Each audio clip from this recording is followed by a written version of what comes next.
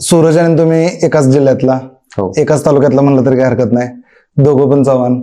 मग प्रेक्षकांना असं दिसलं की तुम्ही त्यांना सपोर्ट करत नव्हता घराच्या आत. ऍक्च्युली आता तसं बघायला गेलं ना तर सूरजचं आणि माझी ओळख आधीपासून आहे. म्हणजे असं काही नाही की तिथे गेल्यानंतर त्याची आणि माझी ओळख झाली किंवा तो मला तिथे गेल्यावरती ओळखायला लागला, असं काही नाही. आम्ही आधीपासून एकमेकांना ओळखतो. आणि लोकांना हे पण आयडिया नाहीये की बाबा त्यांना दिसतं तेवढंच की बाबा जेवढे भांडणं झाले तेवढंच दिसतं. तर आतमध्ये असताना सूरजचं माझं बॉन्डिंग खरंच खूप चांगलं होतं. म्हणजे सूरज ज्यावेळेस बाहेर येईल किंवा ज्यावेळेस तो जिंकून येईल त्यावेळेस तुम्ही त्याला डायरेक्टली विचारू शकता की बाबा वैभव सोबत तुझं भांडण होतं का फक्त किंवा काय? तर तोही क्लिअरली स्पष्टपणे सांगेल की बाबा काय होतं काय नव्हतं.